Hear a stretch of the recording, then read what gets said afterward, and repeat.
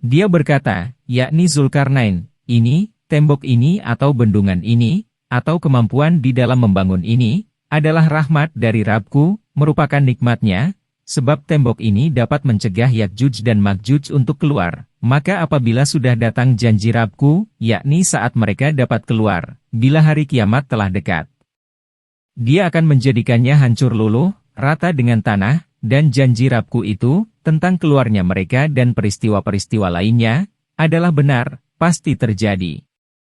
Bismillahirrahmanirrahim. حتى إذا بلغ مغرب الشمس وجدها تغرب في عين حمئة ووجد عندها قوما قلنا يا ذا القرنين إما أن تعذب وإما أن تتخذ فيهم حسنا قال أما من ظلم فسوف نعذبه ثم يرد إلى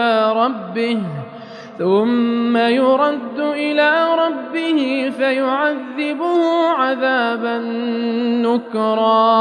Hingga apabila dia telah sampai ke tempat terbenamnya matahari, tempat matahari terbenam, dia melihat matahari terbenam di dalam laut yang berlumpur hitam. Pengertian terbenamnya matahari di dalam laut hanyalah berdasarkan pandangan mata saja, karena sesungguhnya matahari jauh lebih besar daripada dunia atau bumi, dan dia mendapati di situ, di laut itu, segolongan umat yang kafir. Kami berkata, hai Zulkarnain, dengan melalui ilham, kamu boleh menyiksa kaum itu dengan cara membunuh mereka, atau boleh berbuat kebaikan terhadap mereka, dengan hanya menawan mereka. من آمن وعمل صالحا فله جزاء الحسنى وسنقول له من أمرنا يسرا ثم أتبع سببا حتى إذا بلغ مطلع الشمس وجدها تطلع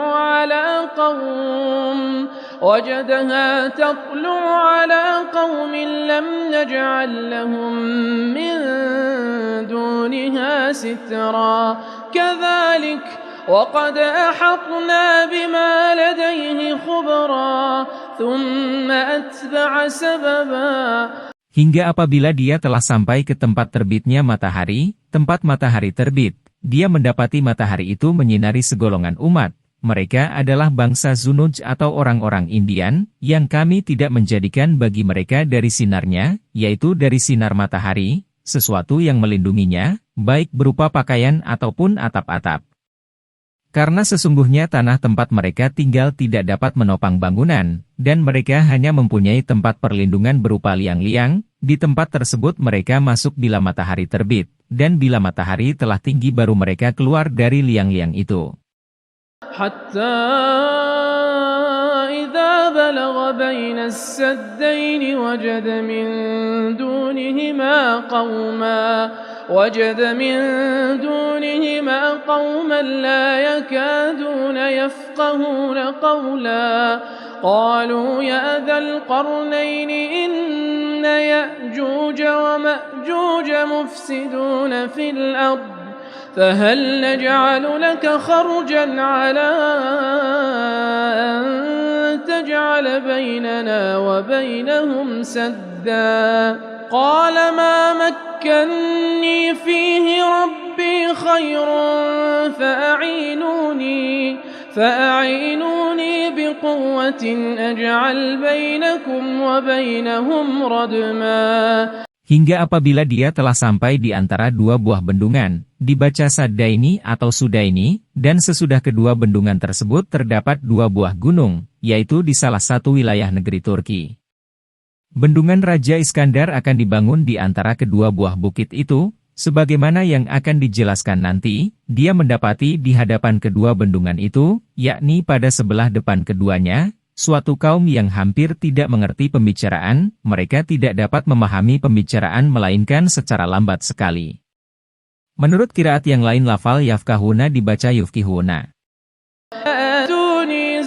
الحديد حتى إذا ساوى بين الصدفين قال انفخوا حتى إذا جعله نارا قال آتوني أفرغ عليه قطرا فما استطاعوا أن يظهروه وما استطاعوا له نقبا قال هذا رحمة من ربي فإذا جاء وعد ربي جعله دكاء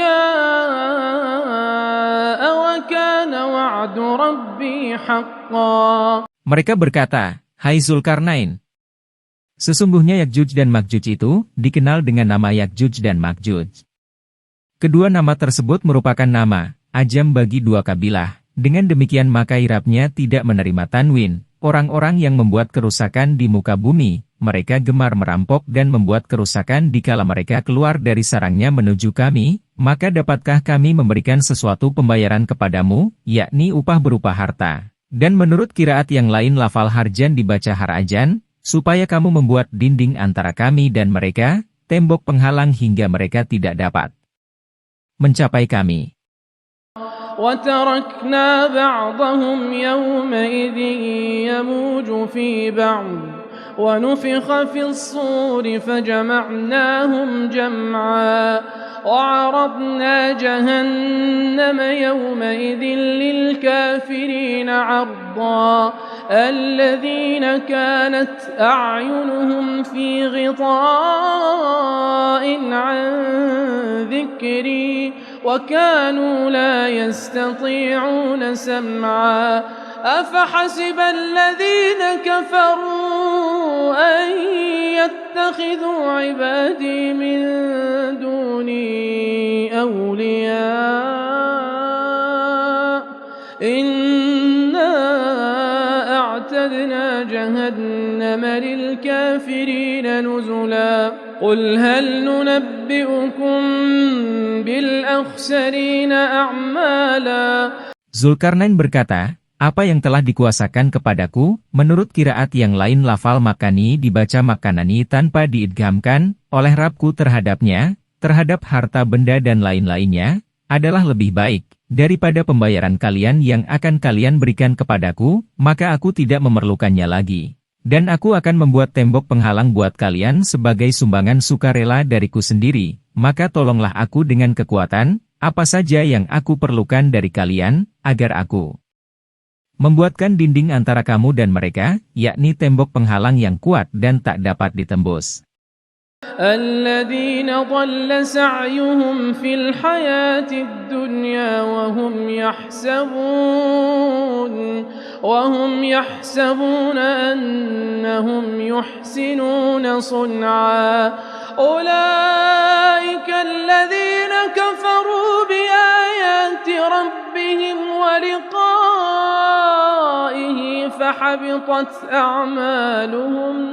فَحَبِطَتْ أَعْمَالُهُمْ فَلَا نُقِيمُ لَهُمْ يَوْمَ الْقِيَامَةِ وَزْنًا ذَلِكَ جَزَاؤُهُمْ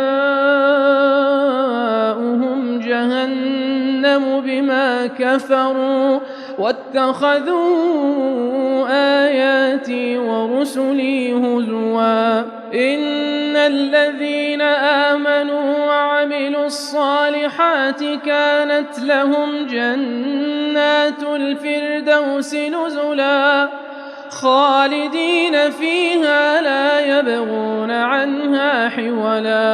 Selanjutnya Allah berfirman, kami biarkan sebagian di antara mereka pada hari itu, pada hari mereka keluar dari tembok itu, bercampur aduk dengan sebagian yang lain. Mereka bercampur aduk karena saking banyaknya jumlah mereka, kemudian ditiup lagi sangkakala, untuk membangkitkan mereka menjadi hidup kembali, lalu kami kumpulkan mereka itu, yakni seluruh makhluk pada suatu tempat di hari kiamat, semuanya.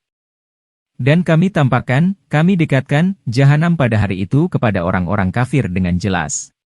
قُلْ لَوْ كَانَ الْبَحْرُ مِدَادًا لِكَلِمَاتِ رَبِّي لَنَفِدَ الْبَحْرُ قَبْلَ أَن نفذ كلمات ربي ولو جئنا بمثله مددا قل إنما أنا بشر مثلكم يوحى إلي أنما إلهكم إله واحد فمن كان يرجو لقاء ربه فليعمل عملا